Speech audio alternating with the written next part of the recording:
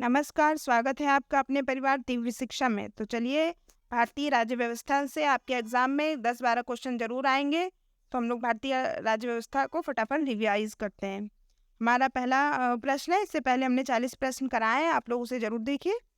ये इसका second part है। तो प्रधानमंत्री पद से पद त्याग करने वाला पहला व्यक्ति कौन था? वह थे मोरारजी देसाई, जो प्रधानमंत्री पद से परित्याग करने वाले पहले व्यक्ति थे। नेक्स्ट है, सबसे कम उम्र और सबसे अधिक उम्र में भारत के प्रधानमंत्री क्रमशः कौन है? तो सबसे कम उम्र के राजीव गांधी और मोरारजी देसाई। ठीक है, ये सबसे कम उम्र में प्रधानमंत्री बने। नेक्स्ट, राजीव गांधी सबसे कम उम्र और मोरारजी देसाई जो है अधिक उम्र थे। प्रधानमंत्री पद पर सबसे कम समय के लिए कौन आसीन रहे? वो चौधरी चरण सिंह सबसे कम समय के लिए आसीन रहे। नेक्स्ट, 2 बार कार्यवाहक प्रधानमंत्री के रूप में किसने कार्य किया? कार्यवाहक यानी प्रधानमंत्री अगर बीमार वगैरह हो गए हो या कहीं हो तो कार्यवाहक के रूप में गुलजारी लाल नंदा ने कार्य किया। 2 बार कार्यवाहक के रूप में गुलजारी लाल नंदा ने कार्य किया। आगे, किस प्रधानमंत्री की मृत्यु उसके कार्यकाल के दौरान हुई? तो इसमें जवाहरलाल नेहरू, लाल बहादुर शास्त्री, इंदिरा गांधी, इन तीनों की मृत्यु अपने कार्यकाल के दौरान हुई। नेक्स्ट, भारतीय संविधान किस दिन लागू हुआ?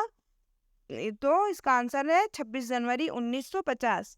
नेक्स्ट है, भारत का राष्ट्रपति राज्यसभा में कितने सदस्यों को मनोनीत करेगा?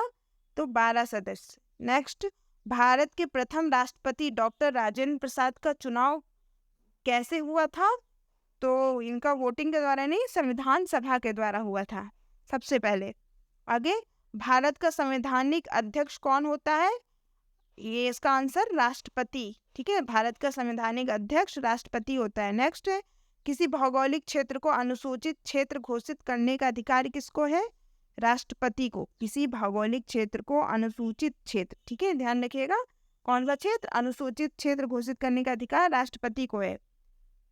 नेक्स्ट, किसको राष्ट्रपति 2 बार बनाया गया? तो वो डॉक्टर राजेंद्र प्रसाद को, ये 2 बार राष्ट्रपति बने।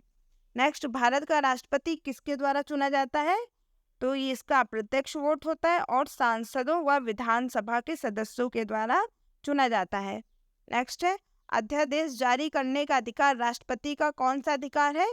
तो ये राष्ट्रपति का विधायी अधिकार है। विधायी, ठीक है, विधायी मतलब विधि यानी कानूनन अधिकार है। अध्यादेश जारी करने का अधिकार राष्ट्रपति का कौन सा अधिकार है? तो विधायी अधिकार, कानूनन अधिकार। नेक्स्ट, कौन सी संविधान संशोधन अधिनियम ने 6 से 14 वर्ष के वर्गों के सब बच्चों के लिए शिक्षा के अधिकार को एक मूल अधिकार बनाया?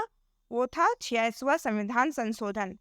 नेक्स्ट, जब भारत स्वतंत्र हुआ उस समय ब्रिटेन के प्रधानमंत्री कौन थे और किस पार्टी की सरकार थी? तो जब भारत स्वतंत्र हुआ उस समय ब्रिटेन के प्रधानमंत्री क्लीमेंट एटली थे। ठीक है, ब्रिटेन के प्रधानमंत्री कौन थे? क्लीमेंट एटली। जब भारत स्वतंत्र हुआ तो ब्रिटेन के प्रधानमंत्री क्लीमेंट एटली थे। और उस समय ब्रिटेन में किसकी सरकार थी? तो लेबर पार्टी की। आगे, भारत का मैग्ना कार्टा संविधान के किस भाग को कहा जाता है?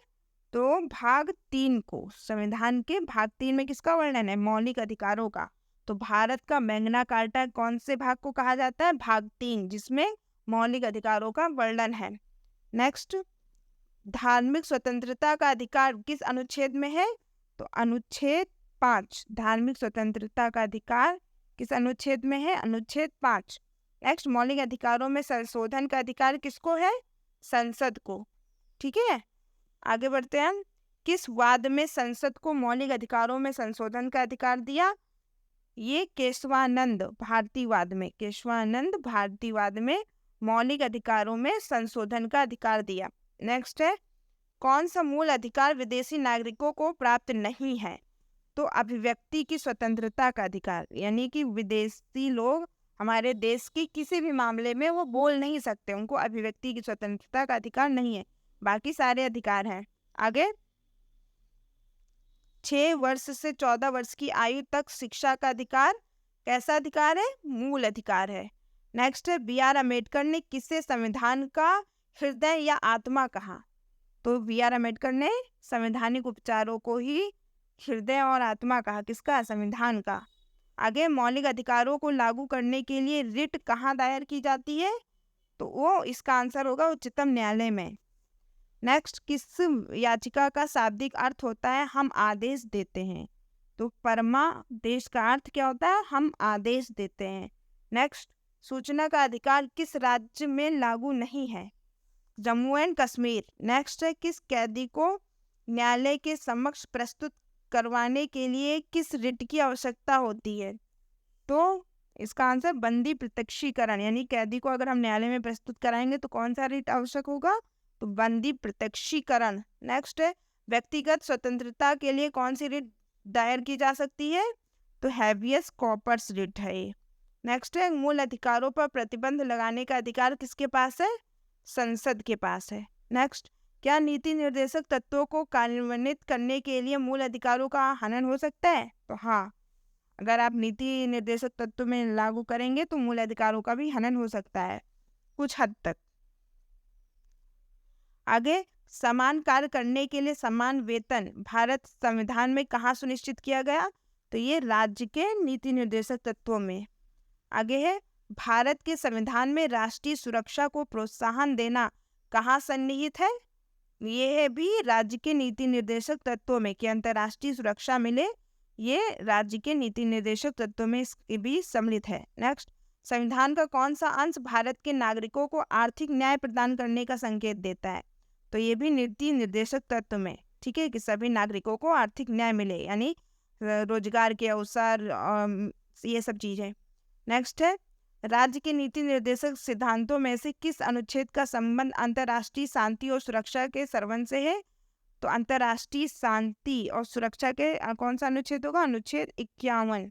ठीक है, शांति, अंतर्राष्ट्रीय शांति और सुरक्षा का संबंध ये कौन से नीति निर्देशक तत्व में है? तो यह अनुच्छेद 51 में है। नेक्स्ट है, प्रधानमंत्री का सचिवालय किसके अधीन होता है? गृह मंत्रालय के। नेक्स्ट, भारतीय संविधान में किस अनुच्छेद को संविधान की आत्मा कहा गया है? तो अनुच्छेद 32 को, ठीक है, अनुच्छेद 32 को संविधान की आत्मा कहा गया है। आगे है, भारत का पहला आम बजट 1952 में किसने प्रस्तुत किया? तो सबसे पहला क्वेश्चन बनता है कि पहला आम बजट कब पारित हुआ? तो 1952 में। किसने मतलब प्रस्तुत किया? तो इनका नाम है पी.के. शणमुगम सेठी, पी.के. शणमुगम सेठी। आगे, संविधान में प्रथम संशोधन कब हुआ था? 1951 में। नेक्स्ट है, विश्व का सबसे लंबा लिखित संविधान किस देश का है? वह भारत का है। विश्व में सबसे लंबा लिखित संविधान भारत का है। आगे, भारतीय संविधान का निर्माण एक संविधान सभा द्वारा कितने दिनों में किया गया? तो ये जो संविधान बना है इसका निर्माण 2 वर्ष 11 महीने 18 दिन में हुआ। तो ये 40 क्वेश्चन आज के कंप्लीट होते हैं। आप लोग के कितने मार्क्स हैं जरूर बताइएगा। धन्यवाद।